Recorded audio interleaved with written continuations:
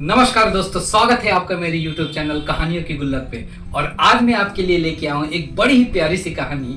और इस कहानी में आप सीख सकते हैं कि आपके जीवन में एक गुरु का, एक मेंटर का क्या महत्व है। तो आइए इस कहानी को शुरू करते हैं। एक बार एक 14 साल का लड़का जो कि जूडो कराटे सीखना चाहता था, ट्रेन एक्सीडेंट में अपना बायां हाथ खो देता है। अब जब उसका बायां हाथ नहीं रहता है तो वो इस बात को जानकर के वो बहुत मायूस हो जाता है।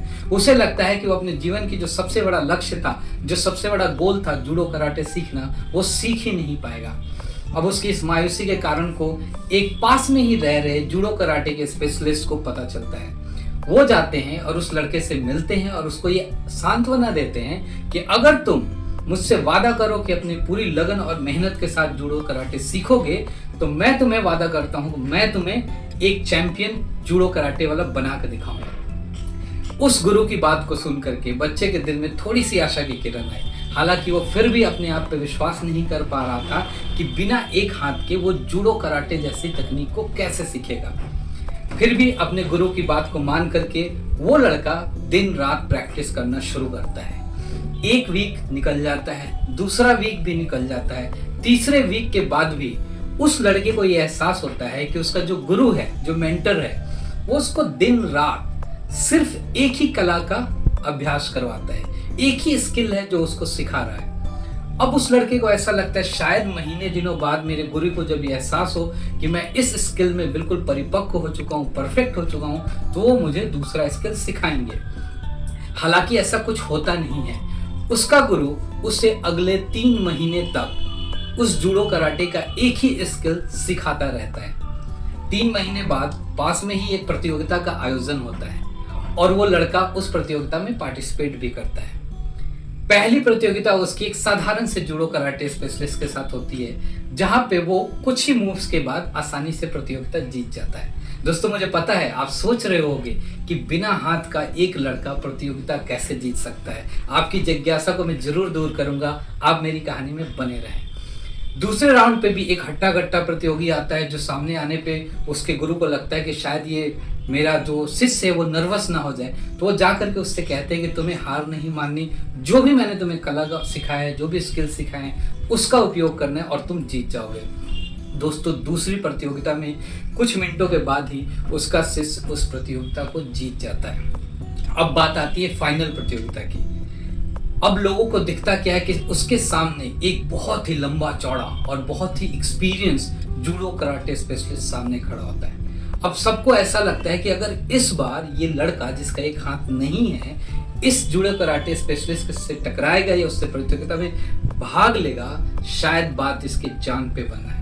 रेफरी को भी ऐसा ही लगता है कि ये बंदा एक स्पेशलिस्ट के साथ कैसे लड़ सकता है, कैसे जीतेगा। और ये बात सोच करके वो उस प्रतियोगिता को समाप्त करने ही वाला होता है। तब तक उस लड़के का गुरु आता है रिंग में और वो उनसे अनुमति लेता है कि आप इस प्रतियोगिता को जारी रखने दें, क्योंकि मुझे विश्वास है कि मेरा शिष्य इस प्रतियोगिता को भी जरूर जीतेगा। दोस्तों, प्रतियोगिता शुरू होती है, बहुत सारे दांव पेच लगाए जाते हैं और कुछ मिनटों के कश्मकश के बाद ऐसा दिखाई देता है कि वो लड़का जिसका एक हाथ नहीं था वो उस सामने वाले बहुत ही प्रतिभागी प्रतियोगी को चित कर देता है। हाँ जी दोस्तों, वो लड़का वो कंपटीशन भी जीत जाता है। चारों तरफ शोर होता है, लोग उसकी तारीफ करते हैं। लड़का अपने गुरु की तरफ देखता है, मुस्कुराता है, उनके पैर छूता है। अब प्रतियोगिता जीत के वो लड़का और उसके गुरु घर वापस जा रहे होते हैं। उस लड़के के मन में एक जिज्ञासा होती है, जो कि मुझे पता है आप सबके मन में भी आ रही होगी, कि आखिर एक लड़का जिसका एक हाथ नहीं है फिर भी प्रतियोगिता कैसे जीत सकता है। तो दोस्तों, याद है आपको मैंने बोला था आपके जीवन में अगर एक गुरु मिल जाए, एक अच्छा मेंटर मिल जाए, तो आपकी लाइफ बिल्कुल चेंज हो सकती है। अगर आपके लाइफ में एक अच्छा गुरु है तो आपकी सबसे बड़ी कमजोरी को भी आपकी सबसे बड़ी ताकत में बदल सकता है। इस कहानी में भी कुछ ऐसा ही हुआ था।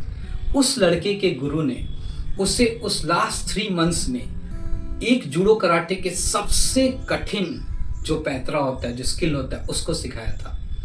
और उस स्किल से सीखने बचने के लिए जो ओपोनेंट था या जो प्रतिभागी था, उसके पास सिर्फ और सिर्फ एक ही उपाय होता था कि वो बचने के लिए जो भी इंसान उस दांव को आज मार रहा है उसके बाईं हाथ को पकड़ के अपने आप को बचा सके। हालांकि इस केस में उसके अपोनेंट जब भी उसके बाएं हाथ को पकड़ना चाह रहे होंगे, उसके पास तो बायां हाथ था ही नहीं।